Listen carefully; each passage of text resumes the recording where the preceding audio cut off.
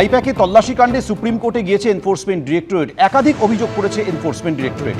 ED মামলায় party করা হয়েছে মমতা বন্দ্যোপাধ্যায়, নন্দিনী চক্রবর্তী, রাজীব কুমার, মনোজ বর্মা এবং প্রিয়ব্রত রায়কে। ইডি মামলায় মুখ্যমন্ত্রীর পাশাপাশি পার্টি হয়েছেন মুখ্য সচিব, ডিজি, কলকাতার পুলিশ কমিশনার এবং ডিসি সাউথ। ইডির তরফে দাবি করা হয়েছে মুখ্যমন্ত্রী এবং তার আধিকারিকরা ঘটনায় সরাসরি যুক্ত থাকায় এফআইআর করেও লাভ হতো না, ফলপ্রসূও হতো না। ইডির তরফে অভিযোগ করে বলা হয়েছে সঠিক তদন্ত না করে মুখ্যমন্ত্রী এবং তার আধিকারিকদের বাঁচানোর চেষ্টা করত পুলিশ। ইডি এও দাবি করছে সিবিআই তদন্তের জন্য আমরা হাইকোর্টের দ্বারস্থ হয়েছিলাম। ইডি অভিযোগ করে লিখেছে গন্ডগোলের জন্য হাইকোর্টে শুনানি হয়নি। ইডির আরও অভিযোগ মুখ্যমন্ত্রীর সমর্থকরা কলকাতা হাইকোর্টে এমন পরিস্থিতি তৈরি করে যাতে শুনানি সম্ভব না হয়। মুখ্যমন্ত্রী সমর্থকরা হোয়াটসঅ্যাপে মেসেজ পাঠিয়ে কোর্টরুমে হাজির হতে বলেছিল। ইডির তরফে এই অভিযোগের পাশাপাশি আরও বলা হয়েছে তল্লাশি চলাকালীন সশস্ত্র হয়েই ঢুকেছিল পুলিশ। বাধা দিলে মৃত্যু হতে পারত, আহত হওয়ার মতো ঘটনাও ঘটতে পারত। মুখ্যমন্ত্রীর সঙ্গে যারা গিয়েছিলেন তাদের সংখ্যা 5 জনের বেশি। আগ্নেয়াস্ত্র নিয়ে এসেছিলেন, এটা ডাকাতি। ইডির আবেদন প্রতীক জৈনের বাড়ি এবং অফিসের ঘটনায় সিবিআইকে 2টি এফআইআর করতে আদালতে আবেদন জানিয়েছেন তারা। ইডির তরফে অভিযোগে বলা হয়েছে পঞ্চনামা সঠিকভাবে রেকর্ড করতে দেওয়া হয়নি। অর্থাৎ এরকমই একাধিক অভিযোগ সুপ্রিম কোর্টে করেছে এনফোর্সমেন্ট ডিরেক্টরেট।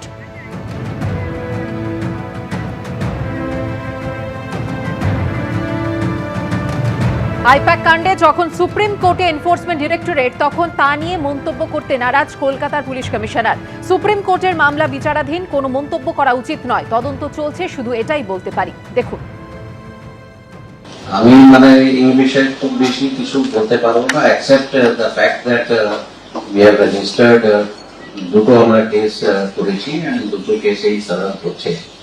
এর বাইরে এই মুহূর্তে কিছু বলা সম্ভব নেই। Maybe on some other date and later on আমরা পরে এই বিষয়ে কিছু বলতে চাইবো। এন্ড সুপ্রিম কোর্টে যে ম্যাটার আছে সেটা যেহেতু মাননীয় আদালতে পৌঁছেছে, তো ওই বিষয়ে আর কিছু এই মুহূর্তে বলা যাবে না। পড়িনি কি লেখা আছে, that is not in my knowledge. And সেই জন্য ওর স্পেসিফিক টার্ম ওয়ার্ডের উপর কোনো কমেন্ট করা উচিত হবে না। বাট যেহেতু বিষয়টা মাননীয় আদালতে পেন্ডিং আছে, ওটা ওর উপর এই মুহূর্তে কমেন্ট করা উচিত হবে না। ইনভেস্টিগেশন ইজ অন, এটাই বলে দিতে পারি।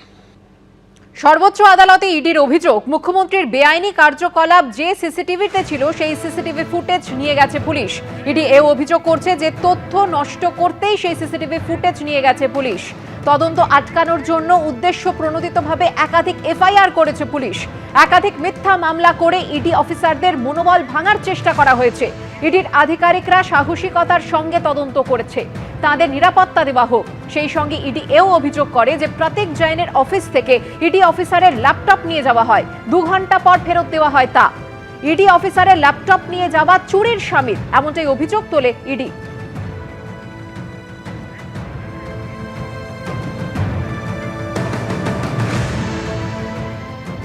রেড করতে আসেনি, তথ্য চুরি করতে এসছে।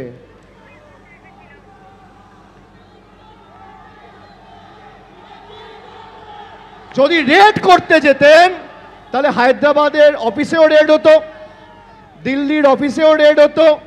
আর আইপ্যাকের অন্য যারা ডিরেক্টর আছে, একটা কোম্পানিতে রেড করলে যতজন ডাইরেক্টর আছে তার বাড়িতে রেড করতে হবে। আর যদি কোম্পানির ডিরেক্টর স্পেসিফিক রেড হয়, তাহলে আপনি আইপ্যাকের অফিসে কেন গেছেন? আইপ্যাকের অফিসে গেছেন মানে আইপ্যাক জড়িত। আইপ্যাক জড়িত থাকলে আইপ্যাকের আরও 5টা অফিস আছে, সেখানে রেড হয়নি কেন? খালি বাংলায় কেন? এগুলো যুক্তির মাধ্যমে মানুষকে বোঝাতে হবে। যুক্তি আমাদের অস্ত্র, ফোন আমাদের অস্ত্র। ফেসবুক লাইভ করুন, মানুষকে বোঝান। বিজেপির নেতারা যখন টাকা নেয়, ক্যামেরায় ধরা পড়ে, তখন ইডি দেখতে পায় না, চোখ কানা হয়ে যায় না?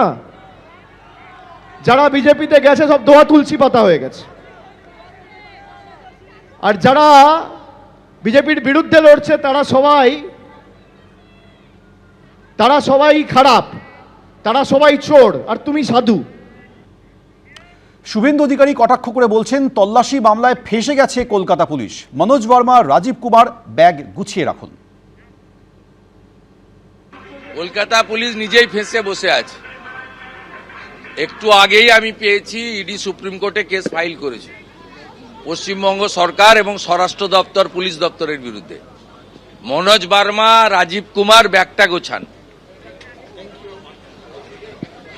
মুখ্যমন্ত্রীকে রক্ষা করা, তাকে দেখা, সেটাই রাজ্য পুলিশের কাজ, রাজ্য প্রশাসনের কাজ। মুখ্যমন্ত্রী যেখানে গিয়েছেন সেখানে নিশ্চয়ই যাবেন, যারা রাজ্যের আধিকারিক আছে তারা গিয়ে ঠিক করেছেন। মুখ্যমন্ত্রীকে প্রোটেক্ট করা তো রাজ্য প্রশাসনেরই দায়িত্ব। মুখ্যমন্ত্রী বলছেন তিনি তৃণমূল নেত্রী হিসেবে গিয়েছেন। হ্যাঁ, গিয়েছেন তো, ঠিক আছে, লোকটা তো একই।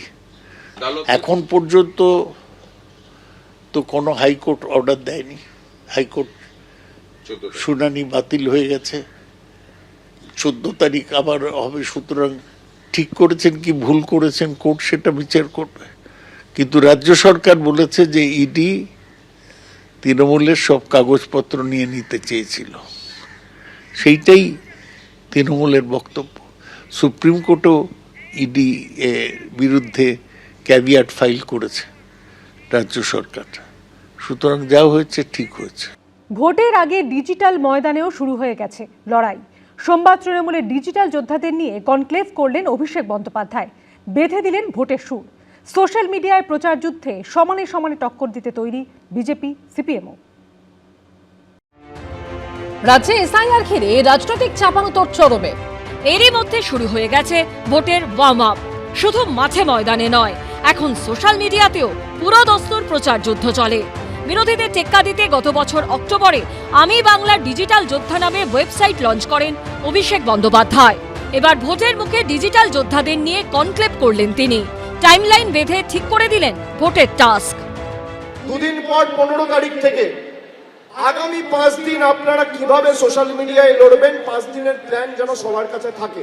100 দিন সময় থাকলে এরকম 20 বার প্ল্যান তৈরি করে আগামী 100 দিনের আমাদের টাইমলাইন আমাদের সবাইকে তৈরি করতে হবে, যে প্রত্যেক ঘন্টায় প্রত্যেক জায়গায় গিয়ে যেখানে আমাদের বিরুদ্ধে পোস্ট করা হচ্ছে, আমাদের ছোট করে দেখানো হচ্ছে। কোন পোস্টে বিজেপির নেতারা গিয়ে পোস্ট করছে, বিজেপির কর্মীরা গিয়ে পোস্ট করছে, টাকা ছড়াচ্ছে, অর্থবল বনাম জেদের লড়াই। অতি জেদ ভালো নয়, জেদে মানুষের, অন্যায় জেদে মানুষের মৃত্যুই হয়। কিসের যোদ্ধা আমি জানি না। হ্যাঁ, আমরা ডিজিটাল যোদ্ধায় বিশ্বাস করি না। আমরা বিশ্বাস করি ভারতীয় জনতা পার্টির কর্মীরা তারা প্রত্যেকে ফিজিক্যাল যোদ্ধা। নিশ্চয়ই ডিজিটাল প্ল্যাটফর্ম ইউজ করব। তো যোদ্ধা পদ্ধতি বড় বড় ভাষণ বাতেলা। মিলন মেলার মঞ্চ থেকে ফের বিজেপিকে চ্যালেঞ্জ করেন অভিষেক বন্দ্যোপাধ্যায়।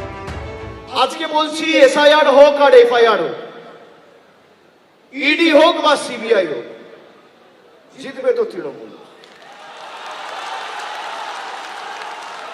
আর তোমাদের 50-এর নিচে নামাবো, 50-এর নিচে। বিজেপির অনেক অর্থবল আছে, কিছু চাইলে বিজেপি, আর সেটা অমিত শাহ নিজে বলেছে যে हम लोग जो चाहे वो करेंगे, सच को झूठ, झूठ को सच, चाहे अच्छा हो बुरा हो, कुछ भी दिखाएंगे। উনি যে বলছেন যে ভারতীয় জনতা পার্টির সোশ্যাল মিডিয়া পেজগুলোতে যেগুলো পোস্ট হয়, যে ভিডিও হয়, সেটি মিথ্যে। উনি যদি পারেন প্রমাণ করুন, কোর্টে যান। কারণ আমাদের তো আর ফটোশপে নাম বদলায় না, বা হঠাৎ হঠাৎ আইটিতে নাম বদলায় না। ডিজিটাল যুদ্ধে পিছিয়ে নেই বিজেপিও। রাজ্যে একের পর এক দুর্নীতির অভিযোগ। তৃণমূলের বিরুদ্ধে মানুষের অসন্তোষকে হাতিয়ার করে সোশ্যাল মিডিয়ায় তারাও ব্যাপকভাবে প্রচার চালাচ্ছে। এই তৃণমূলের যে এই হোয়াটসঅ্যাপ ফ্যাক্টরি, এই যে ফেক ন্যারেটিভের ফ্যাক্টরি, কোটি কোটি কালো টাকা দিয়ে তারা চালাচ্ছে, সেই পন্থা ভারতীয় জনতা পার্টির প্রয়োজনীয়তাই হয় না। তার কারণ ভারতীয় জনতা পার্টির সাধারণ কর্মীরাই সাইবার যোদ্ধা হয়ে 365 দিন বাস্তবটাকে তুলে ধরে। 26-এর ভোটের আগে কোমর বেঁধে নেমেছে আলিমুদ্দিনের আইটি সেলও। তবে ফেসবুকে লাইক শেয়ারের বন্যা বইলেও ভোটযন্ত্রে কি প্রভাব পড়বে? এই নাটকবাজির কায়দা, নানান চিত্রনাট্য তৈরি করে করে চলা, এটা অপোজিশন করতে পারে, তৃণমূল বিজেপিরা করতে পারে, কিন্তু আমরা সত্য কথাটা মানুষের কাছে, ফ্যাক্টস অবজেক্টিভলি মানুষের কাছে পৌঁছক, এটা আমরা চাই। সোশ্যাল মিডিয়ার অ্যালগোরিদম কে চালায়? চালায় হচ্ছে বিদেশি শক্তি। সুতরাং বিদেশি, আমরা যদি মনে করি যে সোশ্যাল মিডিয়ার উপর দাঁড়িয়ে ইলেকশন জিতবো, তাহলে কিন্তু আমরা নিজেদের এই ইলেকশন জেতা হারাটা বিদেশি শক্তির হাতে অনেকটাই তুলে দিচ্ছি। অ্যালগোরিদম যদি সামান্য চেঞ্জ করে দেয়, আমি হাজার চেষ্টা করেও পৌঁছতে পারবো না, আবার একজন খুব কম চেষ্টা করে অনেকের কাছে পৌঁছে যাবে। ভোটের মুখে যে যা পারছে অভিযোগ তুলছে, প্রতিশ্রুতি দিচ্ছে, প্রচার চালাচ্ছে, কিন্তু শেষ কথা বলবে মানুষই। কৃষ্ণেন্দু অধিকারী, দীপক ঘোষ ও ভাস্কর মুখোপাধ্যায়ের রিপোর্ট, এবিপি আনন্দ। এবিপি আনন্দ, এগিয়ে থাকে, এগিয়ে রাখে।